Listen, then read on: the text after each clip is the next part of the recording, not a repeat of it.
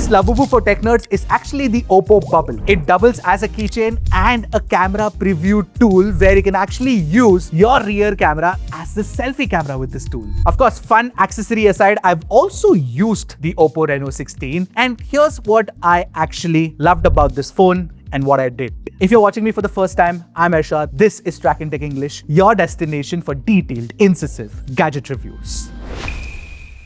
The first thing that you'll notice about the Reno 16 is that it's actually a compact phone now. It feels surprisingly comfortable in the hand. You get a very secure grip, and with that glass sandwich design along with that metal frame, it feels very premium. No doubt about that. And I must talk about that starry white colorway. There is a pattern on the rear and it's proper 3D effect, guys. Honestly, the B-roll cannot show it to you. You have to go to a retail store and check it out. So this dynamic cosmic 3D design is very, very cool and very impressive, I must say. I would have liked a different pattern, but it's really cool to see in real life. Now, the other two variants, the Twilight Violet and the Stellar Purple, have patterns on the back, but that's a composite material instead of glass, and it doesn't have that 3D effect either. See, if you're buying the Reno 16, it just makes sense to go with the white. Now, OPPO has also secured IP66, 68, 69, 69K ratings for the phone, so it's very durable. Also, you get Corning Gorilla Glass 6 equivalent crystal guard protection, and it has held up really well in our usage. The power and the volume buttons are tactile and satisfying to press. There's also an IR blaster, and for the very first time on a Reno phone, you also get the AI Snap key. But the USB Type-C port at the bottom is USB Type-C 2.0, which was to be expected. Haptics that you get with the Reno 16 definitely deserves a special mention, because the vibration motor and the vibration tuning that OPPO has done for the motor is proper flagship grade. Not once did we miss calls or notifications while using the phone. OPPO also includes a hard silicone case within the box, which is always a good thing. The Reno 16's display has been shrunk now. It's the perfect Goldilocks size of 6.32 inches, and I definitely appreciate that move. Plus, the display bezels are slim and perfectly symmetrical. Overall, it makes the device a lot more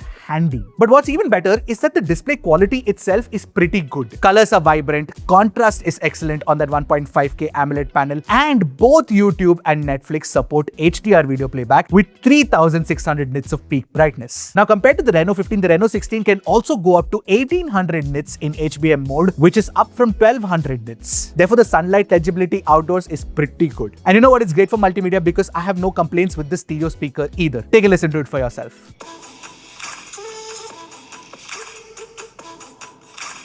By the way, there's also an optical in-display fingerprint scanner which works fine. Now, the Reno 16 has Snapdragon 7 Gen 4 inside, which is the same as last time, and it's paired with 8GB of LPDDR5X RAM and UFS 3.1 storage of 256GB. It's an upper mid-range chip like we all know, and it is actually the 6th phone that we've tested with this chip in 2026, which means that the performance in Antutu and Geekbench is similar to the other 7 Gen 4 phones that we've tested. The CPU throttled to 66%, which I think could have been better in my opinion. But in our 3D Mark test, we actually got 97.7% stability, which is pretty good. Genshin Impact supports 60 FPS, and in our testing, it averaged closer to 49 FPS, which is alright for 7 Gen 4. Also, temperatures were well in control at about 38-39 degrees, which is nice. BGMI supports 90 FPS on smooth graphics, and Call of Duty hits 120 FPS. See, don't expect the Reno 16 to be a performance-focused phone or a gaming phone, and you won't be disappointed. And the Snapdragon 7 Gen 4 is pretty good for daily usage anyway. By the way, there's a 6700 mAh silicon carbon battery that you get inside the phone, and it consistently gave us about 7 to 8 hours of screen on time. Now, you also get a bundled 80-watt SuperVOOC charger, which takes about an hour for full charge. Now, connectivity options include Wi-Fi 6, Bluetooth 5.4, LDAC and LHDC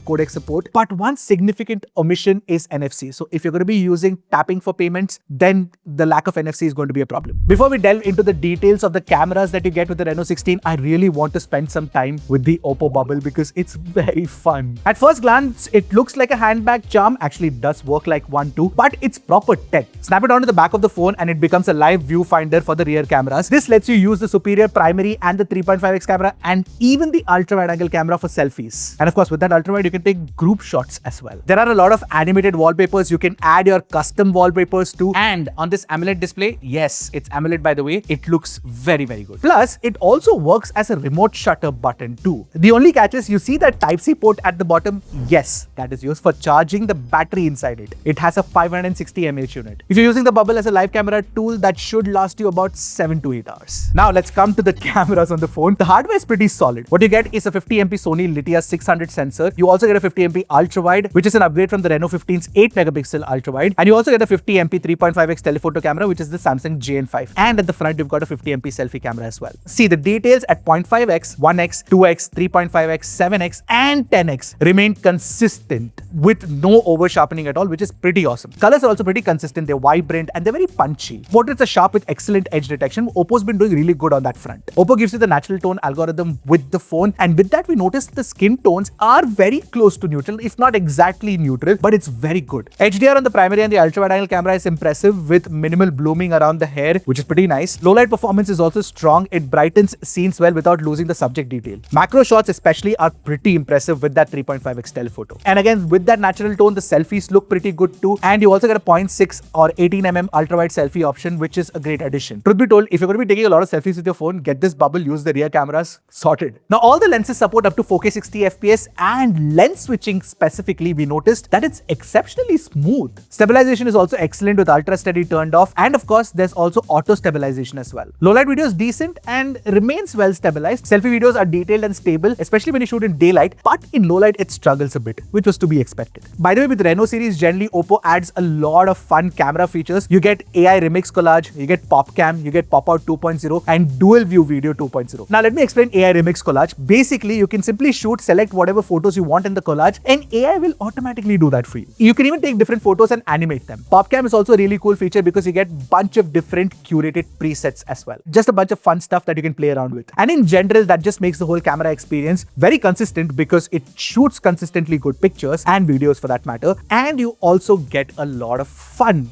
added to the whole experience. The Reno 16's camera experience has been standout for me. So the Reno 16 runs on ColorOS 16, which you all probably already know about, and OPPO's promising 5+6 years of updates. By the way, there are pre-installed apps like Facebook, LinkedIn, Snapchat, and on top of that, there are multiple pre-installed games, all of which, though thankfully, can be uninstalled. But the app market also has hot apps and hot games enabled by default, which means constant notifications. Bloater aside, the UI itself, you know it, I know it, it's pretty smooth and it's pretty feature-rich. You get a new lock screen media player, Flux themes, new home screen customization options, for example, the scalable icons and the scalable folders. On the AI side, you get Mindspace, Mindpilot, which is a unified interface that brings together Gemini, Perplexity, and ChatGPT within a single screen. And then there's AI Bill Manager. So basically, you just need to upload your receipts, screenshots, messages, and voice inputs, and it'll create like a financial record for you automatically. Then there's AI Search, AI Writer, AI Translate, AI Voice Scribe, AI everything. So yeah, I'd say that the software experience is also definitely one of the good things about the phone. See, the Reno 16 definitely has a few meaningful upgrades over the Reno 15, but what's also upgraded is the pricing. But like I keep saying, it's an industry-wide issue, and now that Apple has also, raised prices, we all know where the industry is heading. I really hope that all brands can sit together and find a solution for this, because it's getting out of hand now. But as a product, the Reno 16 is made specifically for those people who want a compact phone that also doubles up as a great camera phone, and a fun camera phone at that. Because what I've noticed is that in this price range, most compact phones are very performance focused. This one